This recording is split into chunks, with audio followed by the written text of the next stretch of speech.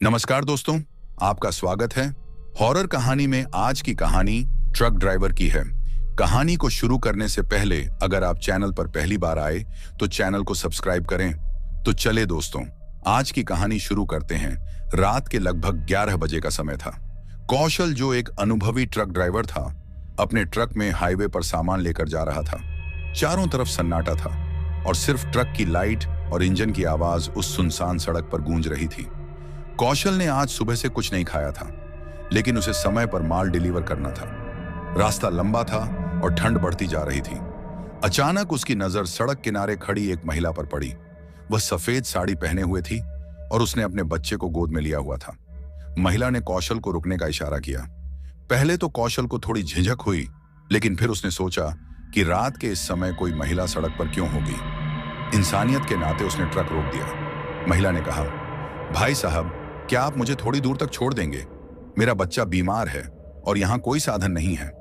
कौशल ने सहानुभूति से कहा, आइए बैठ जाइए। महिला ट्रक में बैठ गई और राजू ने ट्रक फिर से चलाना शुरू कर दिया। रास्ते में राजू ने बातचीत शुरू की, लेकिन महिला बहुत कम बोल रही थी। कुछ देर बाद राजू ने ट्रक के शीशे में देखा तो पाया कि महिला और उसका बच्चा पीछे नहीं थे। वह घबरा गया और ट्रक रोक दिया। उसने इधर उधर देखा, लेकिन सड़क पर कोई नहीं था। तभी पास के गांव के एक बुजुर्ग आदमी ने राजू को देखा और पास आकर कहा, बेटा, तुम सही सलामत हो, ये बड़ी बात है। इस हाईवे पर कई साल पहले एक महिला और उसका बच्चा दुर्घटना में मारे गए थे। लोग कहते हैं कि उनकी आत्मा अभी भी यहां मदद मांगती है। कौशल का दिल डर से कांप गया, लेकिन उसने बुजुर्ग की बात सुनी और चुपचाप अपने ट्रक में बैठकर आगे बढ़ गया। उस रात के बाद कौशल ने उस रास्ते से गुजरते समय हमेशा एक मोमबत्ती जलाकर प्रार्थना किया। उस घटना को 1 महीना बीत चुका था, लेकिन कौशल के दिलो दिमाग से उस रात का खौफ अभी भी नहीं गया था। वह अक्सर उस महिला और बच्चे के बारे में सोचता और मन ही मन प्रार्थना करता। कौशल ने ठान लिया था कि वह उस रहस्यमयी हाईवे पर कभी अकेले सफर नहीं करेगा। एक दिन कौशल को उसी रूट पर फिर से सामान लेकर जाना पड़ा। इस बार उसने अपने दोस्त रमेश को साथ चलने के लिए मना लिया। रमेश मजाकिया स्वभाव का था और उसे इन सब कहानियों पर यकीन नहीं था। रात के करीब 10 बजे कौशल और विकास हाईवे पर थे। सन्नाटा छाया हुआ था और दूर दूर तक कोई गाड़ी नजर नहीं आ रही थी।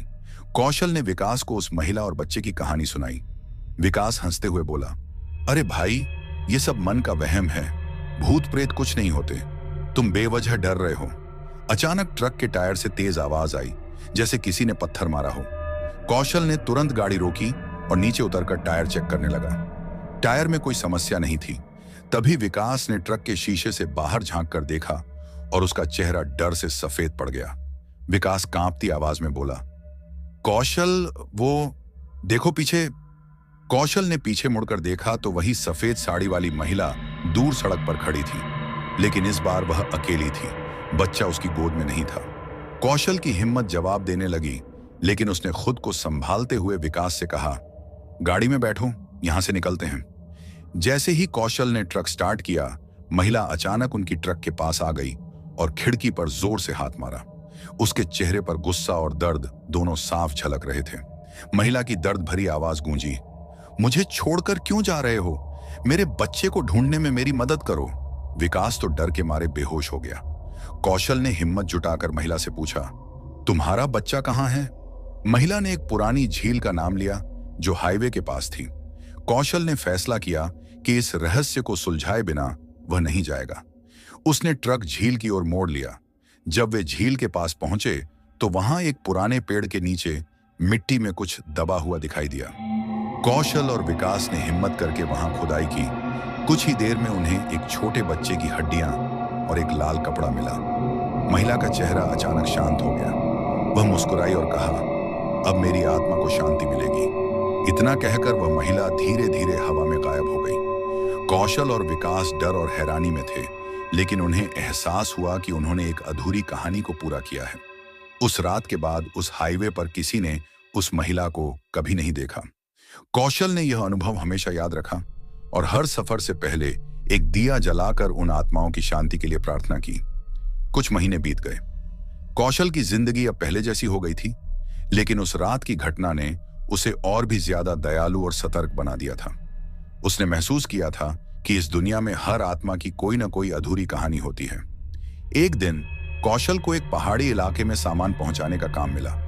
वह रास्ते से परिचित नहीं था, लेकिन उसे एक नक्शा और जीपीएस के सहारे जाना था।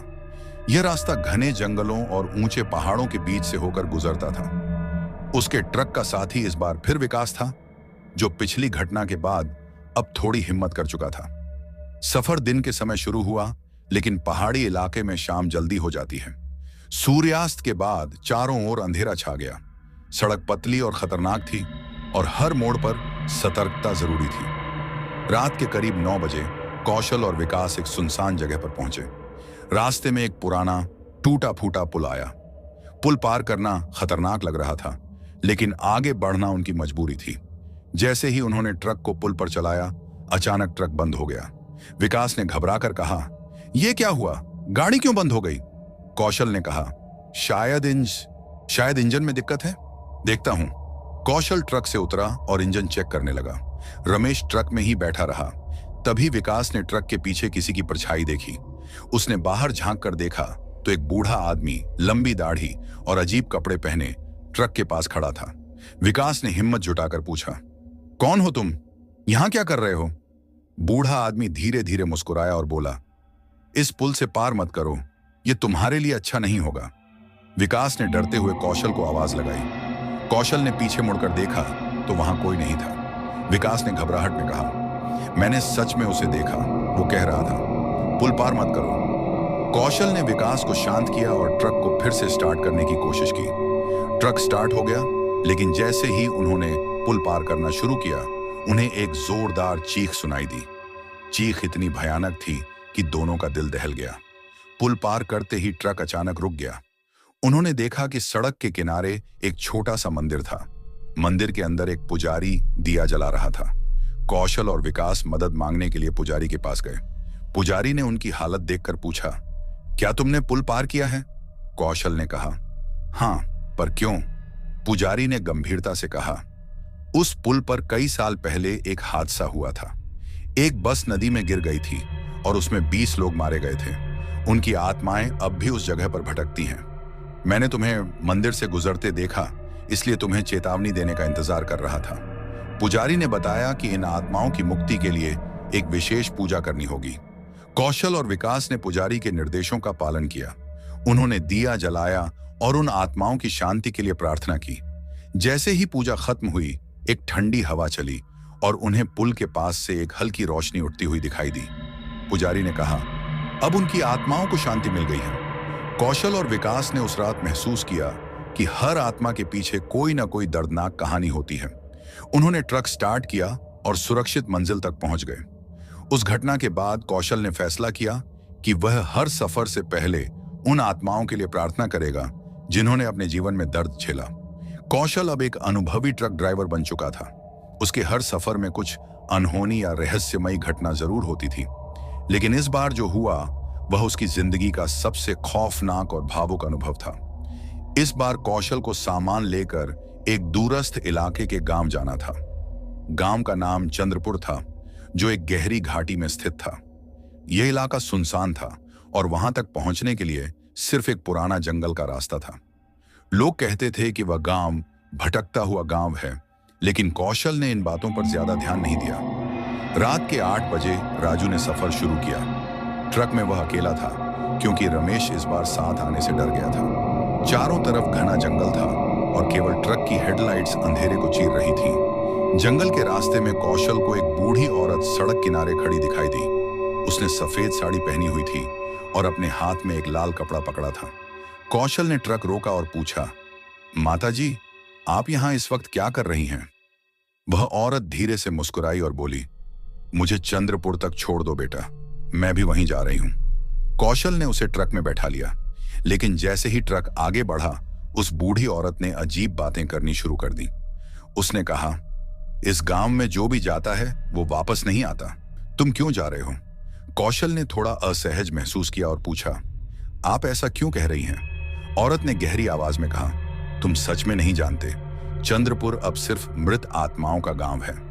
कुछ घंटों बाद कौशल चंद्रपुर पहुंच गया। गांव एकदम शांत था, जैसे वहां कोई नहीं रहता। सारे घर खाली और जर्जर दिख रहे थे, लेकिन कौशल ने ट्रक से उतरकर माल डिलीवर करने का सोचा। जैसे ही वह गांव के बीचों बीच पहुंचा, उसे बच्चों के हंसने और खेलने की आवाज सुनाई दी। पर जब उसने आसपास देखा तो वहां कोई नहीं था। फिर अचानक गांव के एक पुराने कुएं के पास से एक छोटे बच्चे की आवाज आई, भैया मेरी मदद करो, मुझे घर जाना है। कौशल ने डरते हुए उस कुएं की ओर देखा। कुएं के पास एक बच्चा खड़ा था जिसकी आंखें लाल थीं।